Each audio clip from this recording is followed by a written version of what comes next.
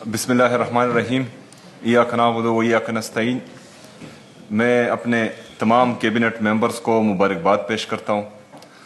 और हमारी जितनी भी ब्यूरोक्रेसी है कि जिस तरह 2013 से लेकर 2022 तक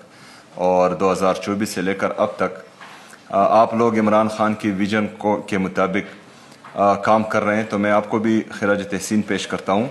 हमारी ये गवर्नमेंट इमरान खान साहब के नज़रिए और इमरान खान साहब की हुकूमत का तसलसल है। जिस तरह हमने पहले काम किया था उसमें से जितनी भी अच्छी पॉलिसीज़ हैं उसको इंशाल्लाह आगे लेके जाएंगे। जहाँ पर लूप होल्स हैं उनको हम एड्रेस करेंगे और इंशाल्लाह ताला बेस्ट पब्लिक इंटरेस्ट में जो है हम आगे काम करते जाएंगे। जिस तरह के मैंने वादा किया था कि पहली कैबिनेट में हम जो हमारी ह्यूमन राइट्स की वायलेशन है in a shape of action in need of civil power, उस कानून को आज हम विड्रॉ करेंगे इंशाल्लाह ताला। इसके साथ साथ हमारे जो 9 मई को पाकिस्तान तहरीक इंसाफ के ख़िलाफ़ फॉल्स फ्लैग ऑपरेशन हुआ था और उसमें जो है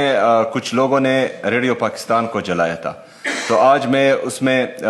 इंक्वायरी कमीशन का भी ऐलान करता हूं। उसमें इंक्वायरी कमीशन बनेगा, सीसीटीवी फुटेजेस जो हैं जितने भी हैं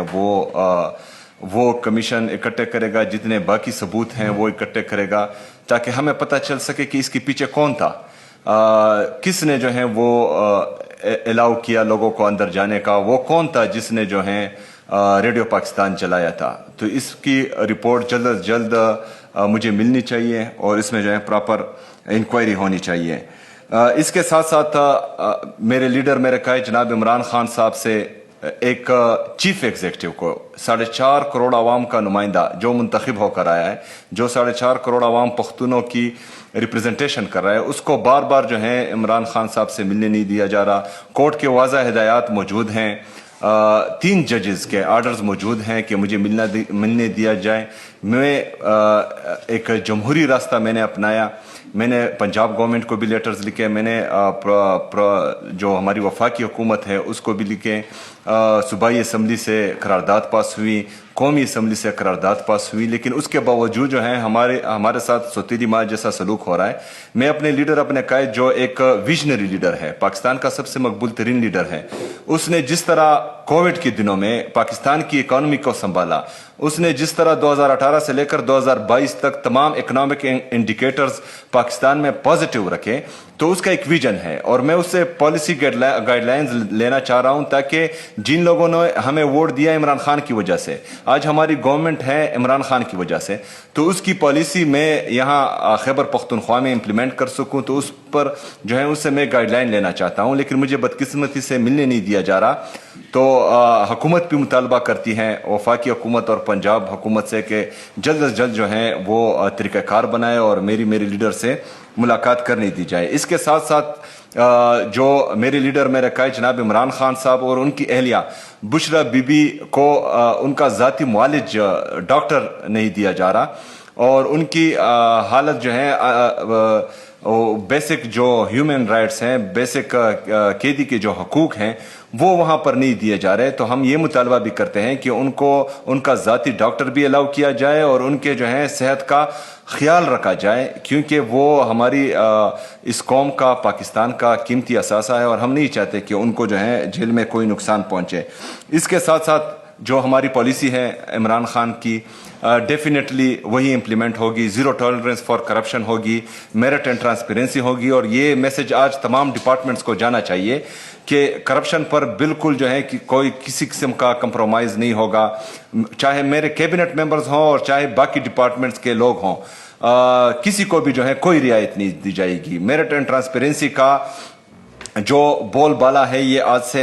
नीचे तक जाना चाहिए इंशाल्लाह ताला। इसके साथ साथ मेरे एडवाइज़र फाइनेंस मुज़म्मिल असलम साहब से बात हो गई है, तो इंशाल्लाह ताला हम सूबा खैबर पख्तूनख्वा को सूद के नासूर से पाक करेंगे इंशाल्लाह ताला, और इसके लिए जो है पॉलिसी बनाई जा रही है, और इसमें जो है हम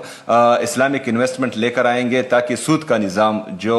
अल्लाह ताला कुरान मजीद में फरमाता है और जिसका मफहूम ये है कि ये मेरे और मेरे रसूल के ख़िलाफ़ ऐलान जंग है, तो इंशाल्लाह हम कोशिश करेंगे कि इस नासूर को खैबर पख्तूनख्वा से पाक करें।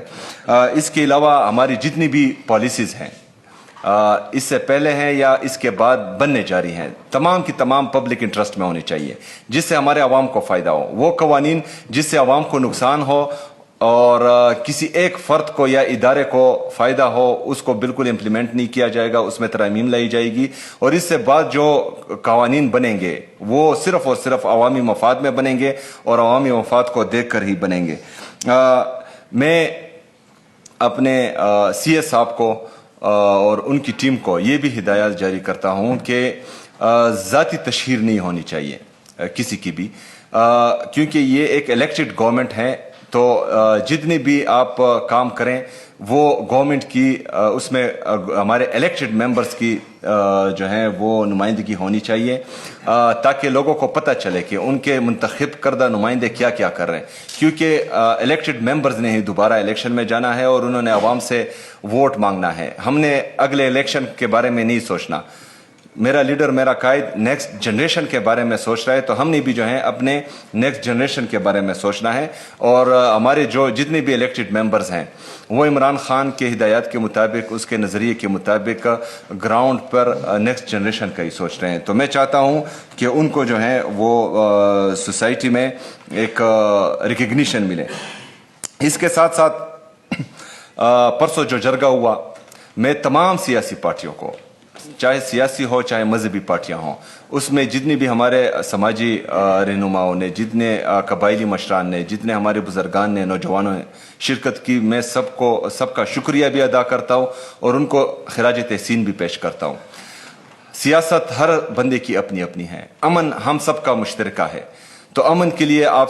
सब इकट्ठे हुए, मैं आपका शुक्रिया भी अदा करता हूँ, खिराज तहसीन भी पेश करता हूँ, और आपको ये यकीन दिलाता हूँ कि जो एलामिया उस जरगे के बाद जारी हुआ, सूबाई हुकूमत खैबर पख्तूनख्वा इंशाअल्लाह ताला उस पर मनोआन अमल करेगी। शुक्रिया।